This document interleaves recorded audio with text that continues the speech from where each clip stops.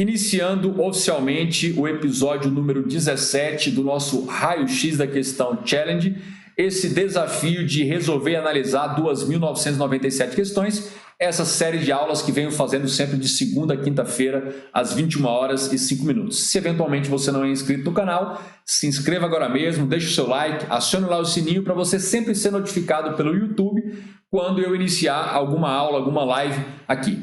Vamos lá, prosseguindo, vamos testar aqui a nossa caneta mágica, já está ok, olha só. Está tudo certo, então vamos para a questão 141, é a nossa primeira questão de hoje. O enunciado da questão 141 diz o seguinte: acerca das fundações instituídas e mantidas pelo poder público, a Constituição de 88 dispõe o quê? Aí vem a letra A. Aplica-se a imunidade tributária no que se refere ao patrimônio, à renda e aos serviços vinculados às suas finalidades essenciais e a elas decorrentes. Isso está correto, esse é o nosso gabarito. Você vai encontrar isso aqui aonde? No artigo 150, inciso 6º, letra B da Constituição Federal de 88, conjugado lá também com os parágrafos. Então, inclusive, o Supremo Tribunal Federal já entendeu que as fundações públicas que são mantidas pelo poder público, aplica-se a elas a imunidade tributária no que se refere ao patrimônio, à renda e aos serviços. São só tributos relativos a patrimônio, à renda e a serviços que estejam diretamente vinculados às suas finalidades essenciais ou decorrentes das atividades essenciais. Questão 141, letra A, está correta, é o gabarito.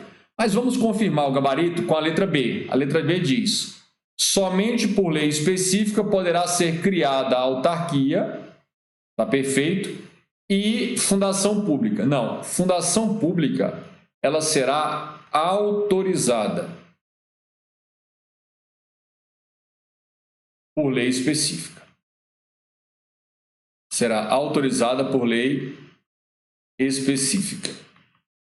Isso é o que você vai encontrar no artigo 37, inciso 19 da Constituição Federal. Tudo certo em relação a isso. Então, letra B está errada. E ele prossegue dizendo o seguinte: e autoriza a instituição de empresa pública e de sociedade de economia mista, autorizada, está correto, cabendo a lei complementar neste último caso. Não, a lei complementar vai definir as áreas de atuação. Então, a lei complementar vai definir áreas de atuação para quem? Para as fundações públicas. Tá aí. Então, basicamente, essa letra B trata, esmiuça o que está no artigo 37, inciso 19 da Constituição Federal. É um dispositivo sempre muito frequente nas provas de concurso público de todas as bancas. Você precisa saber que as autarquias, elas são criadas por lei específica. Já as fundações públicas, empresas públicas e sociedade de economia mista são autorizadas por lei específica, mas são constituídas por ato do chefe do Poder Executivo, normalmente um decreto do Poder Executivo. Lembrando que no tocante às fundações públicas, uma lei complementar pode ser editada pelo Congresso Nacional para definir, para estabelecer quais são as áreas de atuação das fundações públicas. A falta dessa lei complementar não é óbice à criação de uma fundação pública mediante autorização de lei específica. Agora, a partir do momento que for editada essa lei complementar pelo Congresso Nacional, dali em diante, as novas fundações públicas que vierem a ser criadas só podem ser criadas para atuar nas áreas de atuação definidas por esta lei complementar. Lembrando que essa lei complementar ainda não foi editada, não foi promulgada pelo Congresso Nacional. Prosseguindo, letra C, continuando aí para confirmar o gabarito, diz o seguinte: a proibição de acumulação remunerada de cargos, empregos e funções públicas aplica-se apenas às fundações de direito público e não a direito privado. Está errado. Por quê? O poder público, ou seja, União, Estados, DF, municípios, podem criar fundações públicas de direito público ou fundações públicas de direito privado. Tanto as fundações públicas de direito público quanto fundações públicas de direito privado se submetem àquela regra constitucional da inacumulabilidade de cargos, empregos e funções que estão previstas lá no artigo 37, incisos 16 e 17 da Constituição Federal. Portanto, a letra C está errada, por quê? Porque as fundações públicas de direito privado, aqueles que trabalham nas fundações públicas com regime jurídico de direito privado, também se submetem à vedação, à proibição de acumulação remunerada de cargos públicos. C está errado. Conferindo o gabarito com a letra D. O afastamento eleitoral previsto no artigo 38 da Constituição Federal não se aplica aos servidores públicos da administração fundacional, apenas aos que atuam na administração direta e autárquica. Está errado. Esses afastamentos, em razão de exercício de mandato eletivo, valem para os servidores da administração direta, das autarquias e também das fundações públicas. É o que está no artigo 38 da Constituição Federal. Quer uma dica? Esta regra dos afastamentos obrigatórios ou até facultativo no caso de vereador. Essas regras do afastamento que estão no artigo 38 da Constituição Federal, elas são extremamente frequentes em provas de concurso. Então, a minha recomendação é que você sempre faça uma revisão do artigo 38 da Constituição Federal. Lembrando que o servidor público da administração direta, autárquica ou fundacional, aquele que for investido em mandato eletivo federal, estadual ou distrital, obrigatoriamente ele tem de se afastar das atribuições do cargo ou função do cargo efetivo para exercer o mandato eletivo. Pode ser mandato eletivo de governador, deputado federal, estadual, senador, presidente da república, vice-presidente, vice-governador, por aí vai. Se ele for eleito para o mandato de prefeito, obrigatoriamente ele vai ter de ficar afastado do exercício do cargo efetivo, mas ele pode optar pela remuneração do cargo em vez de ficar recebendo o subsídio lá de prefeito. Agora, se ele for eleito para o mandato de vereador e houver compatibilidade de horários, ele pode optar por acumular os dois e, inclusive, acumular a remuneração do cargo efetivo com o subsídio ou a remuneração lá do mandato de vereador. Feito isso, a gente vai para a letra E para confirmar em definitivo o nosso gabarito. A letra E diz assim: compete ao Tribunal de Contas julgar as contas dos administradores e demais responsáveis por dinheiros, bens e valores da administração direta e indireta, excluídas as fundações que possuem conselho fiscal para esse fim. Está errado. Incluídas as fundações, as autarquias, as empresas públicas, a sociedade de economia mista e inclusive as suas subsidiárias. Se você quiser conferir, dá uma olhada no artigo 71. Artigo 71, incisos 4º e 5º da Constituição Federal. Você vai perceber isso aí. Então, a questão 141, gabarito, ficou a letra A. E é uma bela questão que trata aí da revisão de aspectos do direito administrativo, mas que estão esculpidos, tratados nos dispositivos constitucionais, especialmente aí o artigo 37, inciso 19, 37, inciso 16 e 17 e o artigo 38 do texto constitucional. Prosseguindo, vamos para a questão 142. Questão 142. Na questão 142, o enunciado diz: a questão refere-se a noções de direito administrativo e de administração pública. É do que se trata a questão. Aí diz: o ato administrativo à luz da teoria dos motivos determinantes. Vamos lá. Olha, teoria dos motivos determinantes. Se no seu material de revisão do direito administrativo não tem um cantinho lá, um esqueminha reservado para a teoria dos motivos determinantes, você está dando mole, está comendo moça, porque é um tema extremamente frequente em provas de concurso público. A letra A diz: o ato administrativo, à luz da teoria dos motivos determinantes, será nulo se comprovada a não ocorrência da situação exposta pelo administrador público na motivação que fundamentou o ato. Isso está correto. Pela teoria dos motivos determinantes, se ao realizar a motivação e, portanto, explicitar um motivo, uma circunstância fática justificadora da prática do ato, se ao apresentar esse motivo, essa circunstância fática justificadora da prática do ato, esta circunstância for falsa ou inexistente, a teoria dos motivos determinante impõe a nulidade, a invalidação deste ato.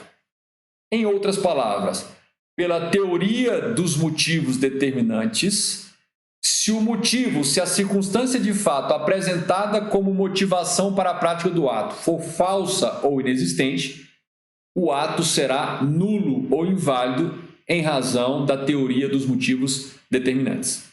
Mas vamos confirmar o gabarito analisando a letra B. A letra B diz: não se vincula a motivação se esta, quanto exposta pelo administrador público que o pratica, não era obrigatória. Olha, mesmo que a motivação do ato, ou seja, a explicitação dos motivos, não seja obrigatória, exemplo, o cargo em comissão ele é de livre exoneração. Esse livre exoneração significa que a autoridade competente para exonerar do cargo em comissão não precisa apresentar nenhum motivo, simplesmente exonera. Agora, se mesmo não sendo obrigatório a motivação, se apresentar um motivo e esse motivo for falso ou inexistente, a teoria dos motivos determinantes estabelece que esse ato será nulo, será inválido. Então, por isso que a letra B está errada. Vamos para a letra C. A letra C diz: vincula-se a motivação exposta na sua fundamentação apenas quando se tratar de ato discricionário. Não. Está errado. Em todo e qualquer ato administrativo, tanto no ato vinculado como no ato discricionário, a validade de um ato está vinculada, está atrelada ao motivo apresentado. Porque se o motivo apresentado for falso ou inexistente, o ato será inválido, será nulo, independentemente dele ser discricionário ou dele ser vinculado. Portanto, a letra C está errada. Vamos para a letra D. A letra D diz: tem sua eficácia vinculada à motivação exposta na sua fundamentação, apenas quando se tratar de ato vinculado. Tem dois erros. Não é a eficácia, é a validade. É a validade que está vinculada. E não é apenas quando se tratar de ato vinculado. É tanto no ato vinculado como no ato discricionário, por isso está errado. E a letra E não exige, quando vinculado, motivação por parte da autoridade que o pratica, visto que os motivos que determinam já constam da norma legal. Olha, está errado por quê? Qual é a regra? Regra geral. Os atos vinculados e os atos discricionários devem ser motivados. O que significa motivar um ato? Explicitar os fundamentos de fato e os fundamentos jurídicos que ensejam, que justificam a prática daquele ato.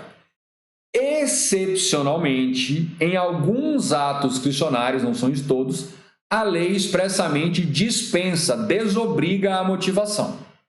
Mas a regra é que atos vinculados e que atos discricionários devem ser motivados. E mesmo que a motivação não seja obrigatória, ela pode ser feita, e se ela for feita com base em motivos falsos ou inexistentes, aí vem a teoria dos motivos determinantes para impor a invalidade, a nulidade deste ato. Portanto, questão 142, o gabarito de fato é a letra A. Prosseguindo, questão número 143, questão 143. 143 diz o seguinte: o enunciado: A questão refere-se a noções de direito administrativo e de administração pública. E aí diz: se o Poder Judiciário, no exercício do controle judicial, considerar ilegal determinado ato discricionário praticado pelo Poder Executivo. Olha, considerar ilegal ato discricionário.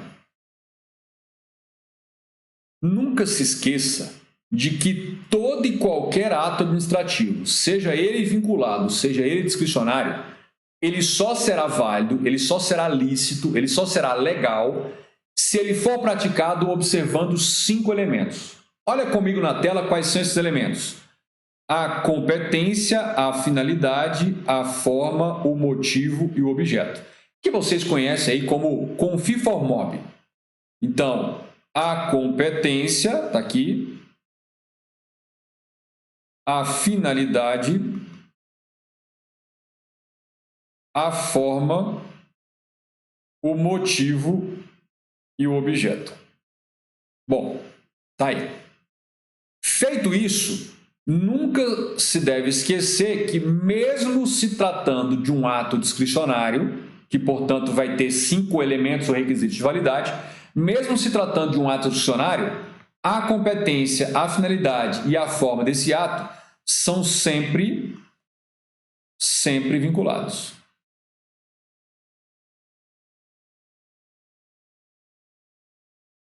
E, portanto, sempre expressos em lei. Então, o Poder Judiciário, ao realizar o controle judicial de um ato discricionário, se detectar que a competência, ou a finalidade, ou a forma não estão de acordo com o que determina a lei, o Judiciário vai determinar, vai decretar a ilegalidade do ato discricionário. Então, não há problema nenhum quando você se depara com a afirmação de que atos discricionários podem ser declarados ilegais pelo Poder Judiciário. Sim, naquela parte que está expressa em lei. Que parte é essa? Competência, finalidade, forma e apenas isso no tocante ao ato discricionário. Feito isso, ele diz: se o Poder Judiciário considerar determinado ato discricionário ilegal, praticado pelo Poder Executivo, a letra A. O que diz a letra A?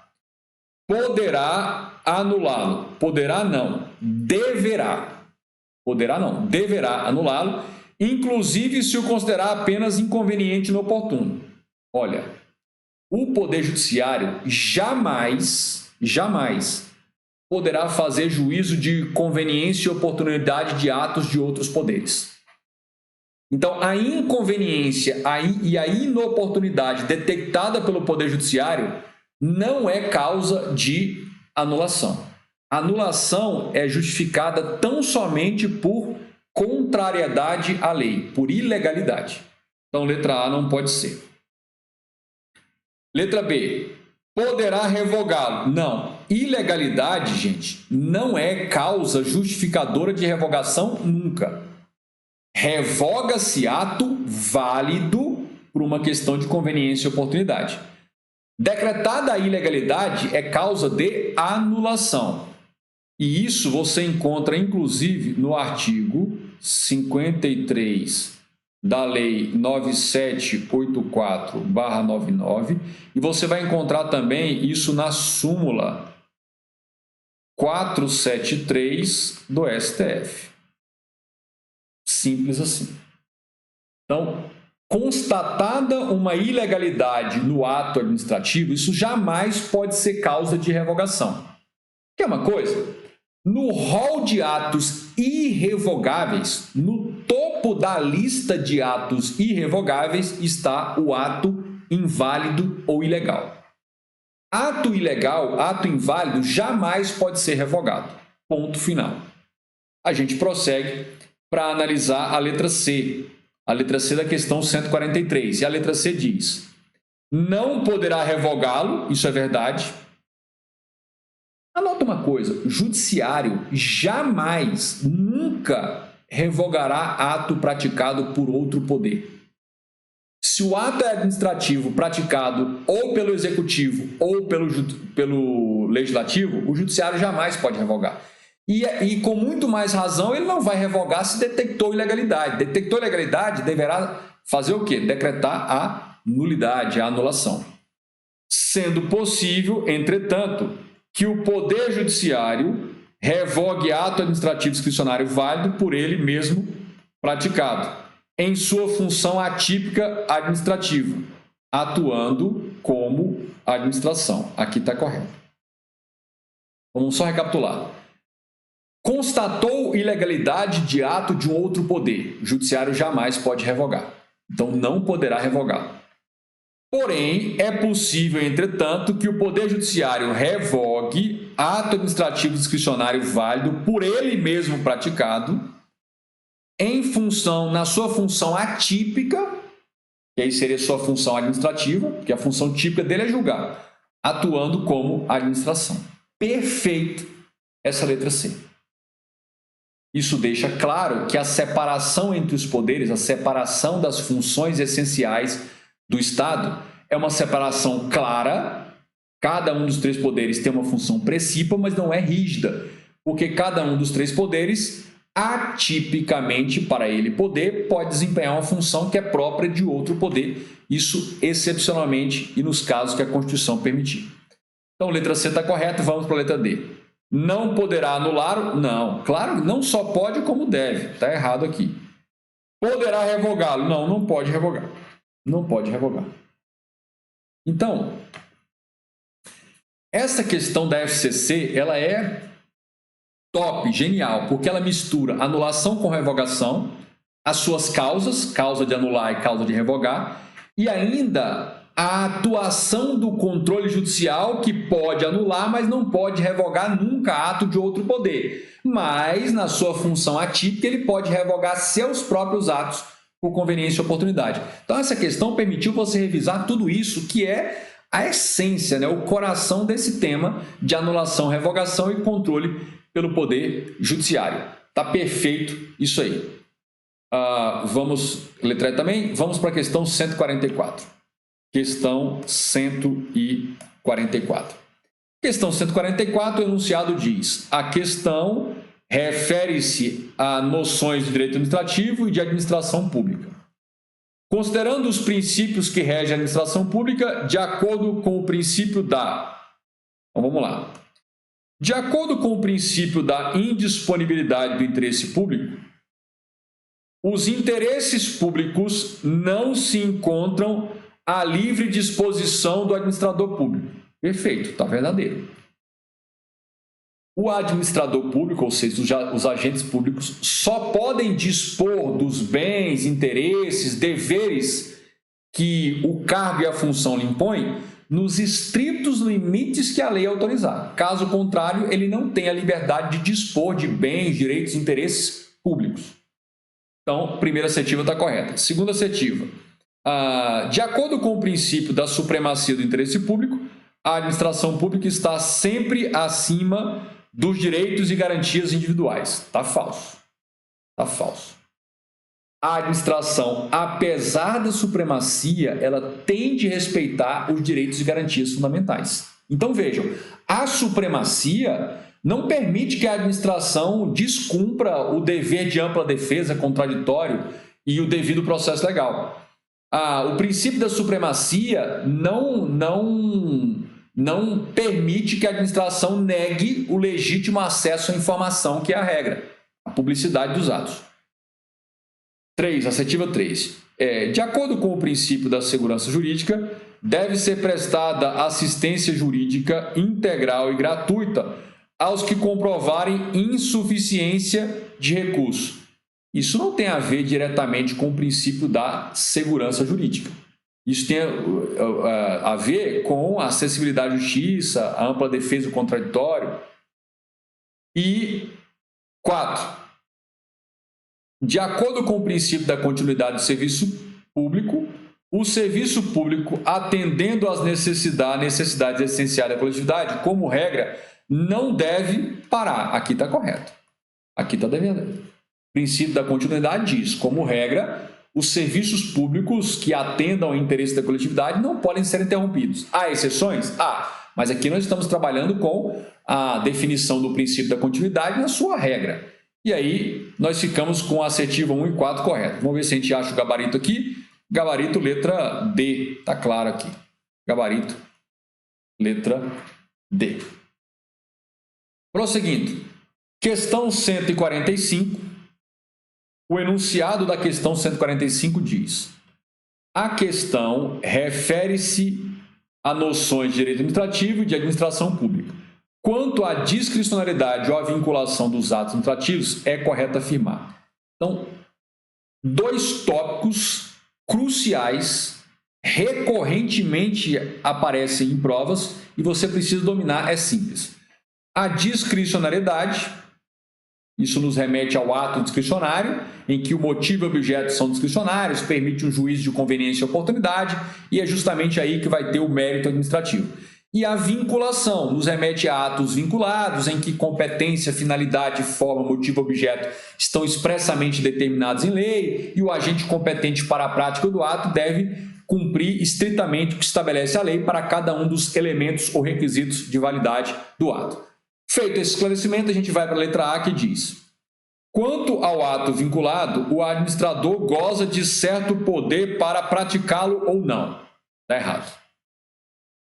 Ato discricionário, se estiver presente um motivo legal para sua prática, o agente competente não só pode, como deve praticá-lo. E ele diz, havendo possibilidade de opção para sua atuação no caso concreto. Não há essa margem de opção. Então está errado. Letra B. Pode o regramento jurídico em vigor dar ao administrador público a possibilidade de opção para sua atuação no caso concreto sob sua análise? Isso é possível? É. Observado, porém, certos limites que este mesmo regramento fornece, caso em que se diz que o ato administrativo é discricionário, não sendo totalmente livre. Perfeito. A própria lei, o próprio legislador, pode dar uma certa margem de liberdade de atuação para o agente público competente. Quando isso ocorre, estamos diante de um ato discricionário, mas no ato discricionário, a discricionariedade não é plena, não é total, então o agente competente não está totalmente livre. Por quê? Porque em se tratando de competência, finalidade e forma, ele está adstrito ao que diz a lei, e mesmo no motivo objeto, ele vai poder escolher dentro da moldura da lei. Não pode extrapolar também os princípios e os limites legais. Então, letra B está correta. Letra C, para confirmar o gabarito, diz o seguinte: atos vinculados são aqueles que a administração pratica com certa margem de liberdade de decisão. Certa margem de liberdade de decisão é ato discricionário. Isso aqui está errado. Admitindo que a lei a adoção de diversos comportamentos possíveis, isso é discricionário. A critério do administrador, discricionário. Atos discricionários são aqueles que a administração pratica sem qualquer margem de liberdade. Na verdade, a letra C, o examinador inverteu os conceitos. Na verdade, o que ele definiu como discricionário seria vinculado e o que ele definiu como vinculado seria discricionário. Por isso, está errado. Letra C, na defesa do interesse público, que se sobrepõe ao interesse particular, o sistema jurídico nacional sempre confere ao administrador público total liberdade de atuação na prática de atos administrativos. Sempre não. Nunca, na verdade. Total liberdade na prática do ato administrativo nunca acontece. Uma certa liberdade dos limites legais dos princípios da administração são nos atos discricionários, quando a lei expressamente prevê isso aí. Fora isso, os outros atos são os vinculados. Então, letra D está fora de cogitação. E a letra E, quando a atuação do administrador público na prática de ato administrativo é imposto algum limite, qualquer que seja, diz-se que o ato é vinculado. Quando sua atuação não sujeita senão a os limites legais. Está errado também. Está errado também. Faltou completar aqui, mas está errado. Por quê? Porque a atuação do administrador sempre vai encontrar limites, mesmo quando o ato é discricionário. Não existe atuação completamente ilimitada. Então, questão número 145, de fato, o gabarito, nosso gabarito aí é a letra B de bola. Tranquilo em relação a isso? Beleza. Vocês estão caladinhos? Coloquem aí os comentários. Já estou querendo terminar. Quem acha que já pode terminar, não manda terminar. Quem acha que não, coloca aí bis, que eu vou fazer mais uma de bis. É o bis. Senão eu já termino agora, já encerro agora. Já estou querendo encerrar. Já tá chegando o Natal. Coloca aí. Olha. Então, a letra E é isso aqui, olha. Só completando a letra E. Então, completando a letra E, diz o seguinte, olha. Quanto à atuação do administrador público na prática de ato administrativo, é imposto algum limite. Qualquer que seja, diz que o ato é vinculado. Quando sua atuação não se sujeita senão apenas a limites de ordem constitucional ou quando lhe é permitida a prática de ato não previsto em lei, diz que o ato é discricionário. Olha, ato não previsto em lei? Ei, e o princípio da legalidade? A administração pública e seus agentes só podem fazer o que a lei expressamente autoriza, permite ou determina. Mesmo que se trate de um ato discricionário, a lei autorizou, a lei permitiu e deu a margem de atuação. Está completamente errada essa letra E do 145. E aí, vamos para o bis ou não? Pronto, Sérgio já falou, a Débora falou não termina não, então vamos para 146. Vamos lá. 146. 146, o enunciado diz: Alírio, brasileiro de 24 anos de idade, após ocupar por 2 anos no Poder Executivo do Amapá, cargo em comissão declarado em lei de livre nomeação e livre exoneração, assume no mesmo órgão, observados os ditames da lei, novo cargo para o qual foi nomeado em virtude de regular habilitação no único concurso público que prestou. Neste caso, com relação ao requisito temporal do conceito de estabilidade, Alírio. Então, como é que vai ficar a estabilidade?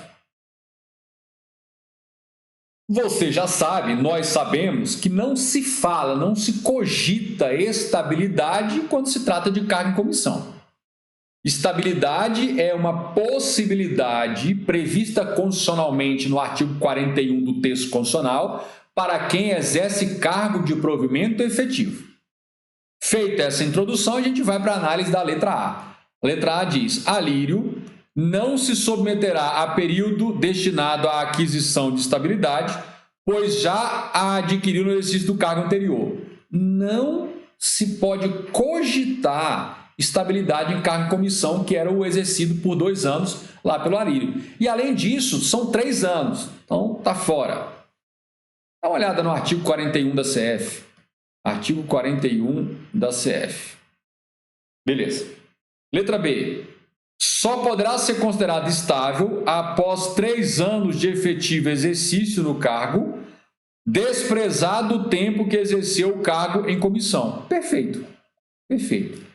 Tempo de exercício em cargo em comissão não serve de absolutamente nada para fins de estabilidade e muito menos de estágio probatório.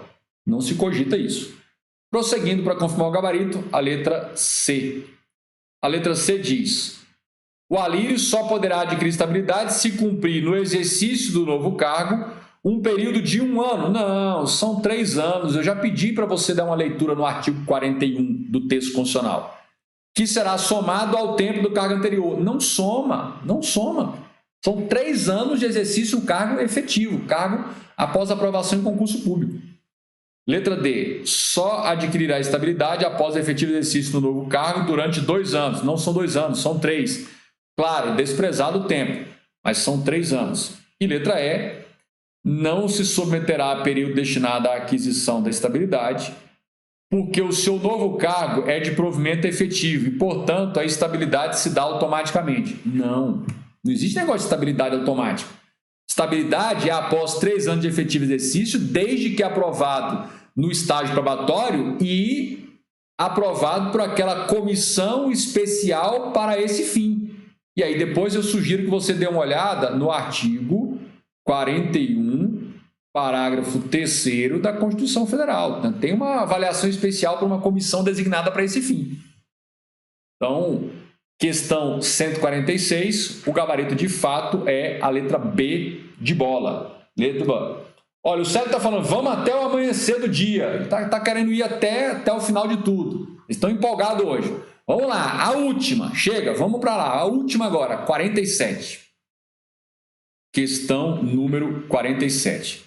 47, enunciado diz: Marina, funcionária pública, pediu ao motorista do automóvel posto a serviço do cargo que ela ocupa que, no horário do expediente, levasse seus filhos à escola no carro oficial, o que foi autorizado por Jardel, na condição de chefe do setor respectivo da mesma repartição pública, tendo o referido motorista levado efetivamente os filhos de Marina todos os dias de uma semana para a escola. Neste caso, de acordo com a Lei 8429, Marina, lei de improbidade. Sensacional essa questão. Ou seja, ela está utilizando o cargo público com a autorização do chefe do setor de transporte lá do órgão para fins próprios, para fins pessoal. Até onde eu conheço do artigo 9º da Lei 8429, nós estamos falando de quê? De enriquecimento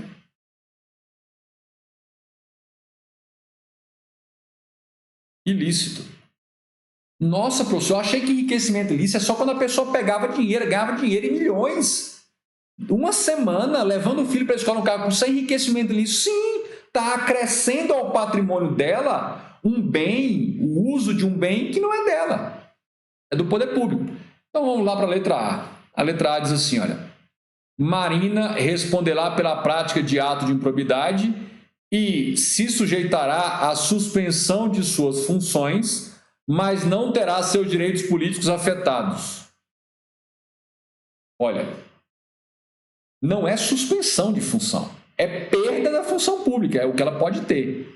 E suspensão dos direitos políticos, então está errado. E Jardel perderá a função e terá seus direitos políticos suspensos por prazo indeterminado. Não, a suspensão dos direitos políticos é no máximo 10 anos. Essa letra A, ela trata exatamente do que está no artigo 12 da lei. Ela está errada. Por quê? Porque o artigo 12 da lei 8429/92 trata de quais são as penalidades cabíveis em razão da prática de cada uma das 4 espécies de ato de improbidade. Leitura, compreensão e memorização do que está no artigo 12 é indispensável. Eu já fiz aqui no nosso raio-x da questão challenge, já fiz aqui esquema nas aulas anteriores sobre esse artigo 12. Mas fique atento a isso aí. Letra B. Na letra B, diz o seguinte: Marina e Jardel responderão pela prática de ato de improbidade administrativa, estando sujeitos, dentre outras, às seguintes cominações, que podem ser aplicadas isoladamente ou cumulativamente de acordo com a gravidade do fato. Então vejam, Marina cometeu ato de improbidade do tipo enriquecimento ilícito. O Jardel, ele praticou o ato ou que causa lesão ao patrimônio público ou atentado contra princípios. Então as penas são diferentes. Então ele está dizendo que os dois vão pegar suspensão de suas funções. Não é suspensão, é perda da função. Já está errado. Perda dos direitos políticos. Não é perda de direitos políticos, é suspensão de direitos políticos. Está errado. Com relação à Marina, e perda da função pública e suspensão de direitos políticos de 5 a 8 anos em relação a Jardel. Essa parte final aqui em relação a Jardel estaria correta. Mas em relação à Marina não dá. Letra B está errada. Mais uma vez, artigo compreensão, memorização do artigo 12 da Lei 8429/92, a Lei de Improbidade. Letra C. A letra C diz: Marina e Jardel responderão pela prática de improbidade administrativa, está correto, estando sujeitos, dentre outras, às seguintes combinações. Então, perda da função pública, a Marina pode pegar. E dos direitos políticos? Não, os direitos políticos não serão perda, será suspensão, se for o caso. Com relação à Marina, está errado.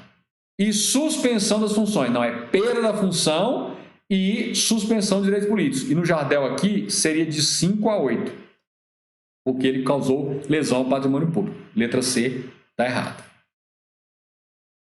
Letra D. Marina não responderá pela prática de ato de improbidade administrativa. Já está errado. já que nada determinou ao motorista. Não é isso? Mesmo que ela não tenha terminado, mas ela foi a beneficiária do enriquecimento ilícito, ela oferiu uma vantagem devida, tendo sido a ordem emitida por Jardel.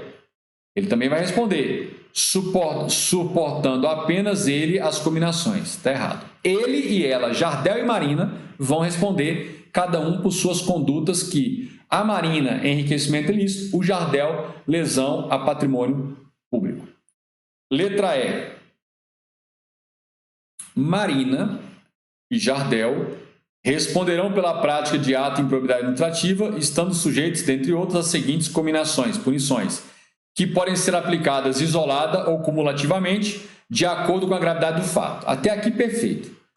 Perda da função pública, bem como suspensão dos direitos políticos, pelo prazo de 8 a 10 anos em relação à Marina. Sim, e esse prazo é de 8 a 10 justamente porque ela cometeu ato de improbidade do tipo enriquecimento ilícito. E pelo prazo de 3 a 5 anos em relação ao Jardel, porque aqui está considerando que ele cometeu atentado contra princípios.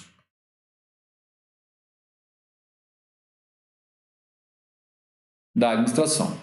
Eis aí o gabarito, letra E. Deixa eu te falar uma coisa.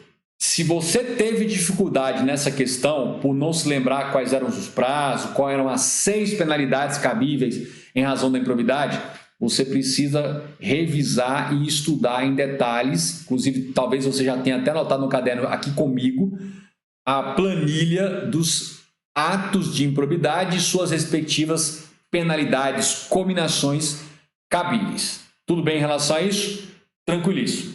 Muito bem. Já nos alongamos bastante, vamos chegando aí ao final da nossa aula de hoje. Quem gostou, coloca #Oba. Quem teve alguma dificuldade, tem material para estudar em seguida, né, porque precisa se aprofundar. Espero ter contribuído para melhorar aí os seus conhecimentos, ou pelo menos te mostrar algum ponto deficitário dos seus conhecimentos, porque ainda dá tempo de corrigir até a data da prova. Muito obrigado pela sua participação, por estar aqui comigo ao vivo. Avise amigos e inimigos concorrentes do nosso canal aqui do YouTube, dos vídeos que estão disponíveis. E eu tenho uma surpresa, presente de Natal. Sabe aquela primeira fase que eu fiz do raio-x da questão com 100 vídeos? Eu coloquei todos eles gratuitamente no ar, disponível para você. Eu não sei por quanto tempo vai ficar, mas os 100 vídeos, os 100 episódios daquela primeira fase do nosso raio-x da questão estão todos disponíveis aí no canal. Espero que você faça uma maratona aí nesse final de ano aí para você assistir todos. Muito bom. Mais uma vez, muito obrigado. A gente se vê no próximo episódio. Tchau, tchau.